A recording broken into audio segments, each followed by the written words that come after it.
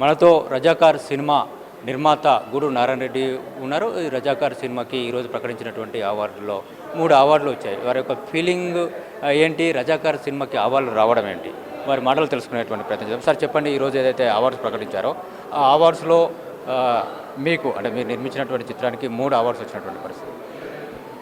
ఉత్తమ చారిత్రాత్మక సినిమాగా మాకు అవార్డు రావడం చాలా ఆనందదాయకము.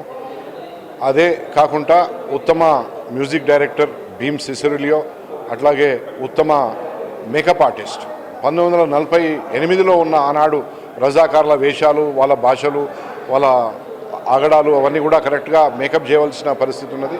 వారికి కూడా రావడం చాలా ఆనందంగా ఉన్నది. ఇది చరిత్రను చిత్రంగా మలిచిన సబ్జెక్ట్. ఆనాడు ఎగ్జాక్ట్లీ 7వ నిజాం నిరంకుశ పాలనలో రజాకార్లు మితిమీరిపోయి ఒక నిశ్శబ్ద మారణకాండను సృష్టించారు.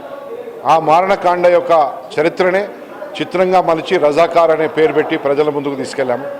ఈరోజు ఆ సినిమాకు ఉత్తమ చారిత్రాత్మక సినిమాగా అవార్డు ప్రకటించడము ఈనాటి తెలంగాణ ప్రభుత్వ పెద్దలు ముఖ్యమంత్రి గారు రేవంత్ రెడ్డి గారికి, అట్లాగే సినిమాటోగ్రఫీ మినిస్టర్ కోమటిరెడ్డి వెంకటరెడ్డి గారికి, అవార్డ్స్ కమిటీ జ్యూరీ చైర్పర్సన్ శ్రీమతి జయసుధ వారి బృందానికి, ప్రతి ఒక్కరికి, నా సినిమా చిత్ర యూనిట్కు, ప్రతి ఒక్కరికి దీనితో అనుబంధం ఉన్న మీడియా మిత్రులందరికీ కూడా నా యొక్క అభినందనలు, ధన్యవాదాలు తెలియజేస్తున్నాను. అంటే గతంలో ఈ రజాకార్ సినిమా పైన విమర్శలు కూడా రావడం జరిగింది. ఈ రజాకార్ సినిమా ఏదైతే ఉందో ఇది చరిత్రను వక్రీకరిస్తూ తీసారని చెప్పినటువంటి సినిమా అని చెప్పేసి ప్రచారం జరిగింది, ఆరోపణలు వచ్చాయి. కానీ ఈరోజు అదే రజాకార్ సినిమాకు చారిత్రాత్మక నేపథ్యం ఉన్నటువంటి సినిమాగా అవార్డు రావడం చాలా సంతోషం. ఎందుకంటే జ్యూరీ కమిటీ అండ్ ప్రభుత్వం ఏదైతే నిర్ణయం, ప్రభుత్వం అంటే ప్రజలతో ఎన్నుకోబడిన ప్రభుత్వము, వాళ్ళు ప్రజలకు ప్రజాప్రతినిధులు.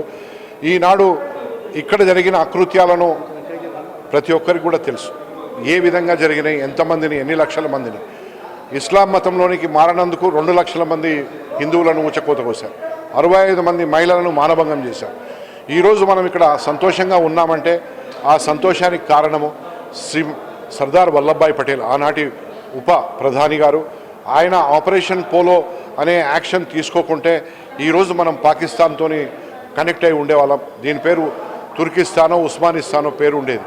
సో ఇంత చరిత్ర ఉన్న సినిమాను, చరిత్రను చిత్రంగా మలిస్తే ఈనాటి ప్రభుత్వం దానికి అవార్డులు ఇవ్వడం అనేది నిజంగా వారికి సల్యూట్ చేస్తుంది.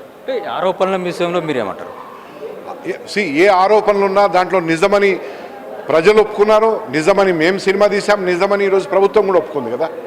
ప్రభుత్వం కూడా ఒప్పుకున్నది కదా. ఇప్పుడు ఆ చరిత్రను ఉత్తమ చారిత్రాత్మక సినిమాగా మనకు ఇస్తున్నారంటే హెరిటేజ్ సినిమా లేకుంటే ఇంకేదో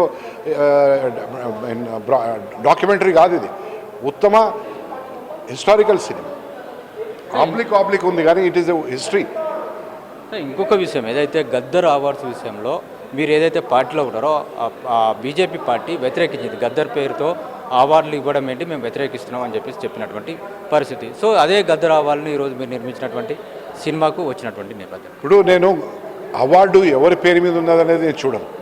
అవార్డు రాష్ట్ర ప్రభుత్వం ఇచ్చిన ప్రతిష్టాత్మకమైన అవార్డు, ప్రజలతో ఎన్నుకోబడిన, ప్రజాస్వామికయుతంగా ప్రజలతో ఎన్నుకోబడిన ప్రభుత్వం ఇస్తున్న అవార్డు.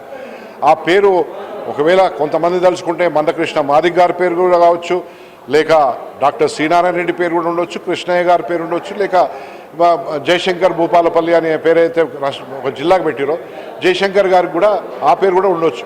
సో గదర్ గారి పేరు it is by name only. ఆ గదర్ మీద ఉన్న మమకారంతో, ఒక అభిమానంతో రాష్ట్ర ప్రభుత్వం పెట్టింది. దానికి నేను ఒక నిర్మాతగా నేను రాష్ట్ర ప్రభుత్వ అవార్డుగానే స్వీకరిస్తా, కానీ దాన్ని నేను వ్యతిరేకించాను. ఇంకోటి సార్, అంటే ఈరోజు ఇచ్చినటువంటి అవార్డ్స్ విషయంలో కూడా కొన్ని వివాదాస్పదమైనటువంటి వ్యాఖ్యలు కూడా బయట నుండి వినిపిస్తున్నటువంటి నేపథ్యం.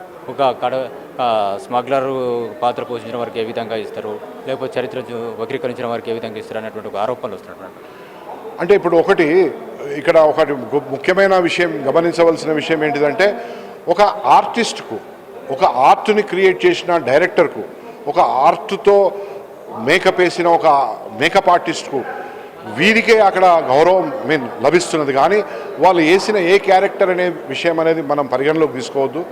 సరే, సినిమాగా వాళ్ళు ఏం మెసేజ్ ఇచ్చారంటే నేను కూడా దాన్ని అపోజ్ చేస్తాను. బట్ ఒక ఆర్టిస్ట్గా ఏ విధంగా ఒక గూండా లాగానో ఒక స్మగ్లర్ లాగానో ఒక మర్డరర్ లాగానో యాక్ట్ చేశాడో దాన్ని మనం అప్రిషియేట్ చేయాలి. So award is only for the actions, not for the character. అది ప్రజలు పాజిటివ్గా తీసుకోవాలంటే నేను మనవి చేస్తాను.